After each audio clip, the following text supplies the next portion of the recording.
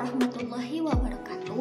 Perkenalkan, saya Ain Rohmah dengan NIM 19081061155 dari kelas Biologi S semester 4. Di sini saya akan menjelaskan mengenai salah satu ekosistem perairan, yaitu ekosistem air payau. Untuk itu, mari disimak videonya.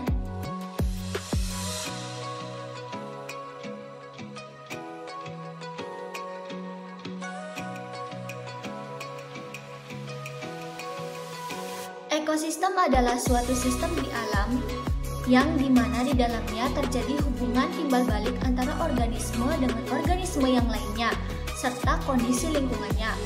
Ekosistem sifatnya tidak tergantung kepada ukuran, tapi lebih ditekankan kepada kelengkapan komponennya. Ekosistem lengkap terdiri atas komponen abiotik dan komponen biotik.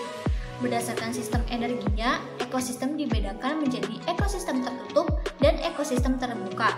Sedangkan berdasarkan habitatnya, ekosistem dibagi menjadi ekosistem daratan dan ekosistem perairan. Ekosistem tidak akan tetap selamanya, tetapi selalu mengalami perubahan. Antara faktor biotik dan abiotik selalu mengadakan interaksi. Hal inilah yang merupakan salah satu penyebab perubahan. Perubahan suatu ekosistem dapat disebabkan oleh proses alamiah atau karena campur tangan manusia. Ekosistem terdiri dari komponen biotik dan abiotik. Komponen biotik adalah makhluk hidup. Lingkungan biotik suatu makhluk hidup adalah seluruh makhluk hidup, baik dari spesiesnya sendiri maupun dari spesies berbeda yang hidup di tempat yang sama. Dengan demikian, dalam suatu tempat, setiap makhluk hidup merupakan lingkungan hidup bagi makhluk hidup lain.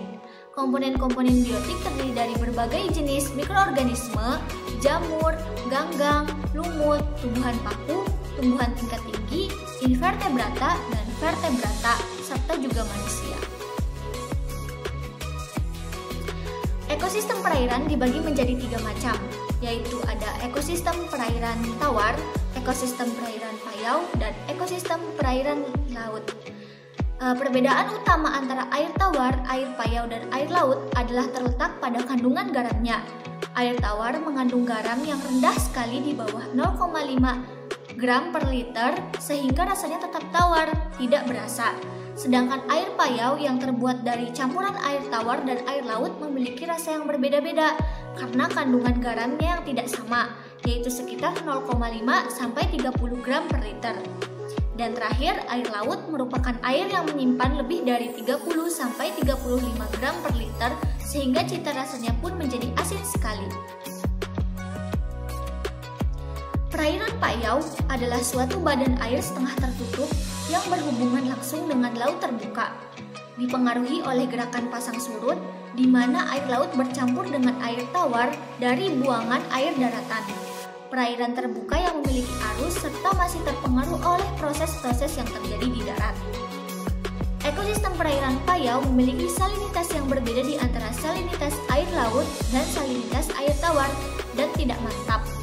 Dari musim ke musim, dari bulan ke bulan, dari hari ke hari, bahkan mungkin dari jam ke jam, dapat saja terjadi perubahan. Perubahan ini disebabkan proses biologis yang terjadi di dalam perairan tersebut, serta adanya interaksi antara perairan tambak dengan lingkungan sekitarnya.